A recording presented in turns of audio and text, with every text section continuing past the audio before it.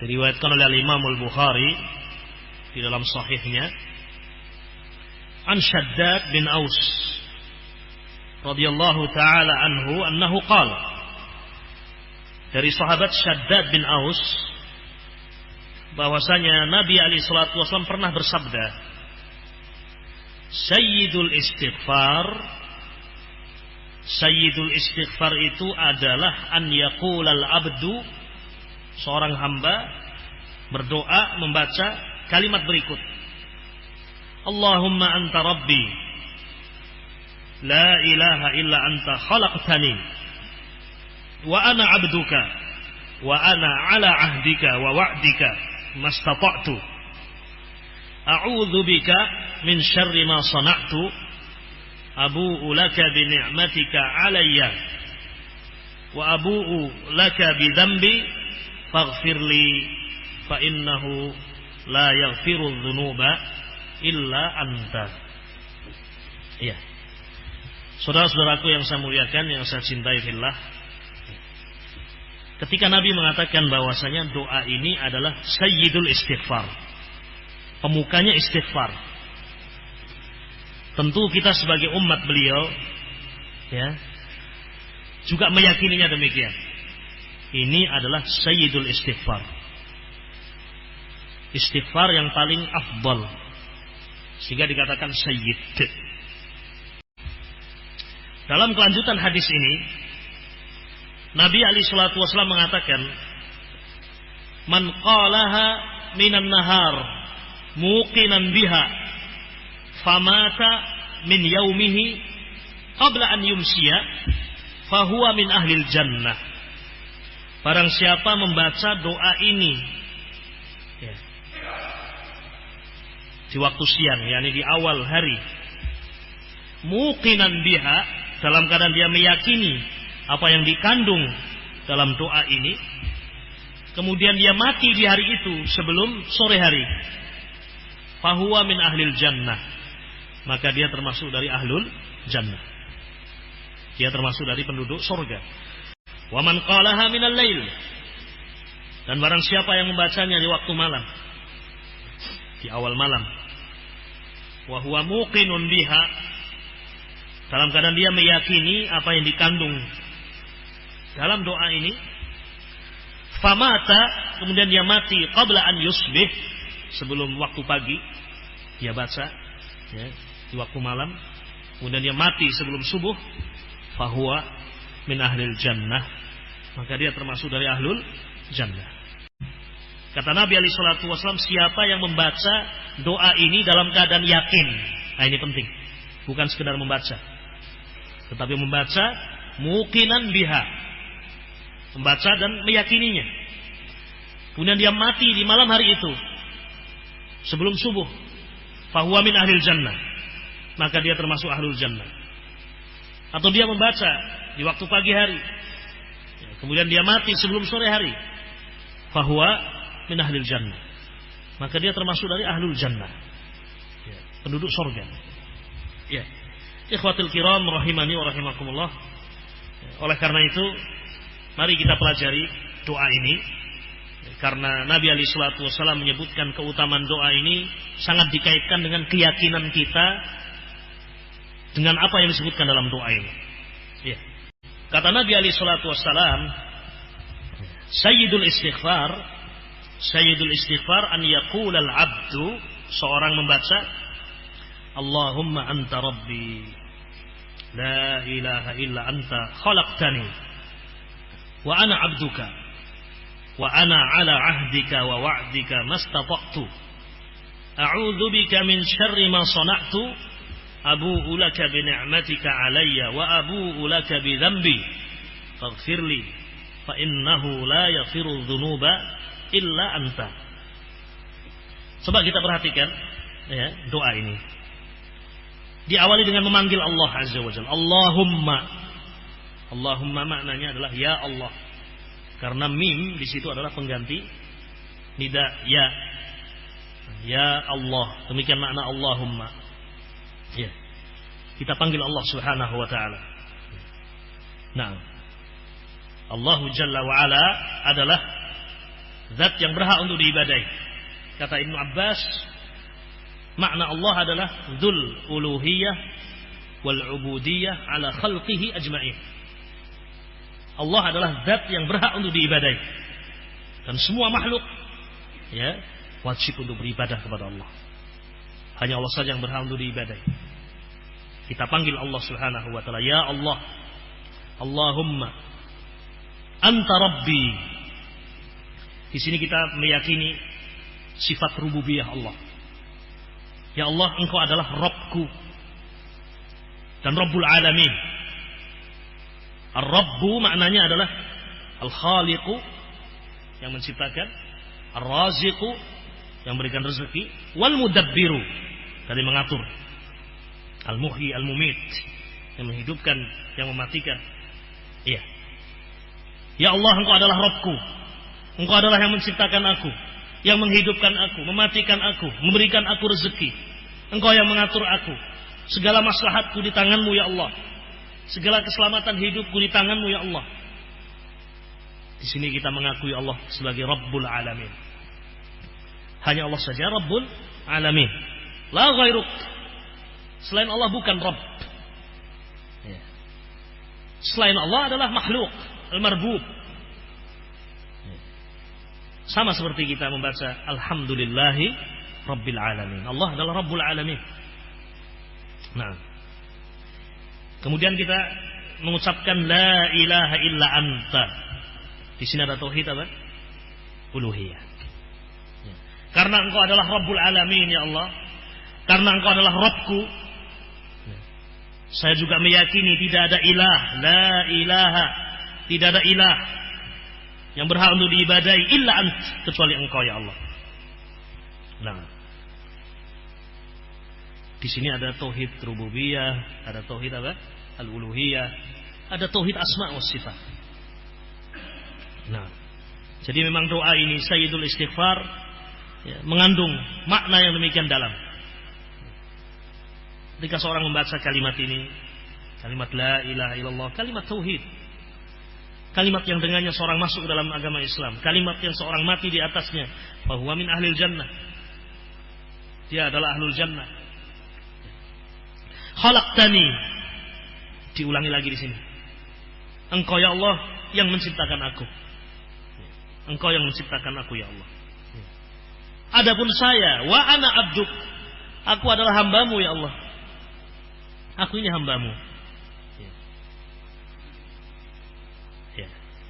Aku adalah hambamu. Yang namanya hamba, tentu kewajibannya adalah tunduk kepada Allah Azza wa Jalla, mengakui kefakirannya, mengakui kebutuhannya, semua kebutuhan dia ya diminta kepada Allah, dari Allah.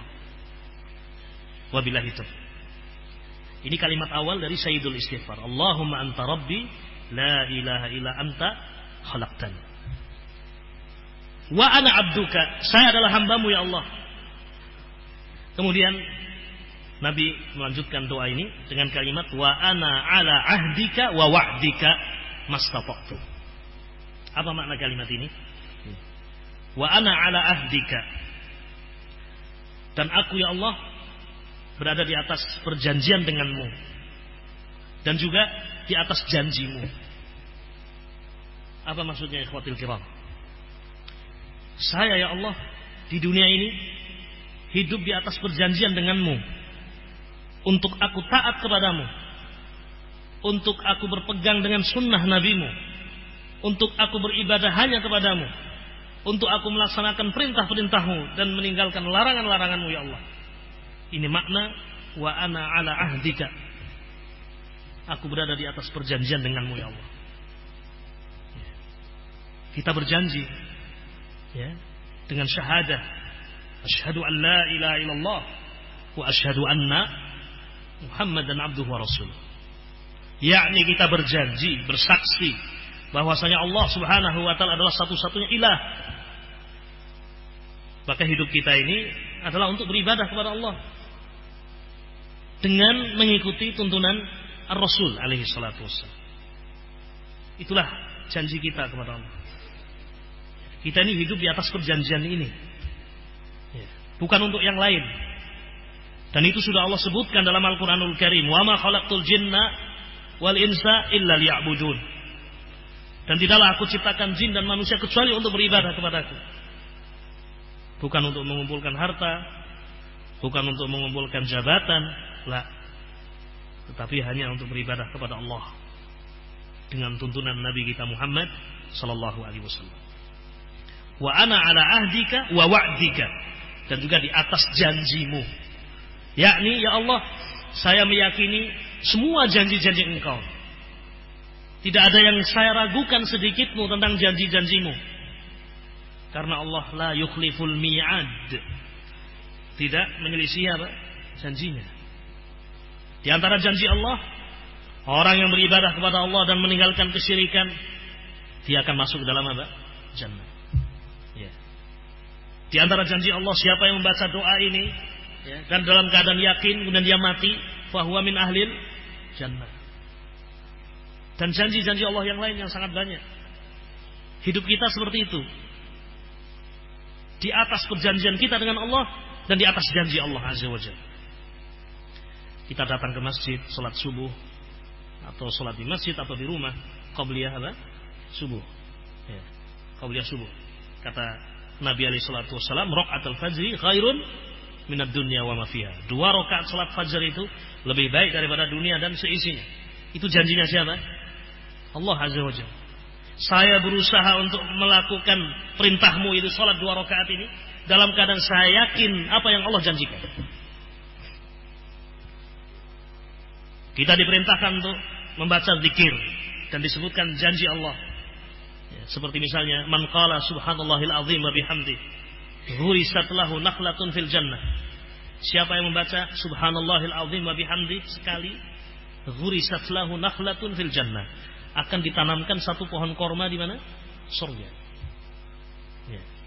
Ya kita yakini itu. Ini janjinya Allah yang tidak akan menyelisih apa? Janjinya. La yukhliful mi'ad. Hidup kita seperti itu. Nah, wa ana ala ahdika wa wa'dika. Dan itu semuanya ya Allah, saya lakukan semampu saya, mastata'tu.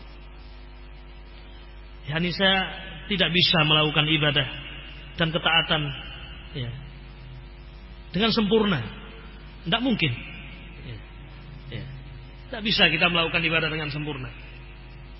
Yakni ya Allah, saya hidup ini dalam keadaan saya yakin dan saya mengetahui kelemahan saya. Saya tidak bisa memujimu dengan pujian yang sesungguhnya. Saya tidak bisa menyanjungmu dengan sanjungan yang sesungguhnya. Semampu saya ya Allah. Baik. Ini awal dari doa Sayyidul Istighfar. Allahumma anta rabbi la ilaha illa anta khalaqtani wa ana abduka wa ana ala ahdika wa wa'dika mastata'tu. Kemudian di akhir doa kita minta perlindungan kepada Allah. A'udzu bika min syarri ma sana'tu. Ya Allah, aku berlindung kepadamu dari kejelekan perbuatanku. Betapa banyak kita berbuat jelek karena kelemahan kita. Kullu bani Adam khata'. Semua Bani Adam itu khata', banyak berbuat salah. Wa khairul khatta'in at-tawwabun. Dan sebaik-baik orang yang berbuat salah adalah mana? At-tawwabun, orang-orang yang bertobat. Naam. Wabillahi taufiq. A'udzu bika min syarri ma sana'tu. Coba dilihat bagaimana Nabi alaihi salatu wasallam, orang yang maksum, berlindung kepada Allah dari kejelekan beliau, kejelekan perbuatan beliau, padahal beliau maksum. Dalam khutbatul hajah juga demikian. Wa na'udzu billahi min syururi anfusina wa min sayyiati a'malina. Itulah hamba kalau sempurna penghambaannya kepada Allah, yaitu Nabi kita alaihi salatu wassalam, sudah berbuat baik yang paling baiknya, merasa tidak bisa dan tidak mampu beribadah dengan baik. Sehingga di sini ikhwatul kiram rahimakumullah, kita berlindung kepada Allah dari kejelekan apa yang kita perbuat. Abu'u laka bi ni'matika alayya, ya Allah aku mengakui semua nikmat-nikmatmu atasku. Yani dalam kalimat ini kita mengakui kita telah mendapatkan nikmat dari Allah Subhanahu wa taala. Semuanya dari Allah, yang zahir atau yang batin. Yang kita rasakan ya, atau yang kita ingat atau yang kita lupa. Nikmat Allah sangat banyak, tidak bisa kita hitung. Wa in ta'uddu ni'matallahi la tuhsuha. Jika engkau menghitung nikmat-nikmat Allah, tidak mampu kalian akan menghitungnya. Ya. Wa abu'u bi dzambi. Dan aku juga mengakui semua dosa-dosaku ya Allah, yang besar, yang kecil, yang aku sadari atau yang tidak aku sadari, yang aku ingat atau yang aku lupa. Wa abu'u bi dzambi atau wa abu'u laka bi dzambi. Ya Allah, aku mengakui semua dosa-dosaku ya Allah, yang saya ingat atau yang tidak saya ingat. Faghfirli, maka ampunilah aku ya Allah. Fa innahu la yaghfiru dzunuba illa ant, karena tidak ada yang bisa memberikan ampunan kecuali Engkau ya Allah. Siapa lagi yang akan memberikan ampunan kalau bukan Engkau ya Allah? Kalau Engkau tidak memberikan ampunan, kepada siapa lagi aku meminta? Tidak ada. Illa ant, kecuali Engkau ya Allah yang bisa mengampuni dosa. Fa innahu la yaghfiru dzunuba illa ant.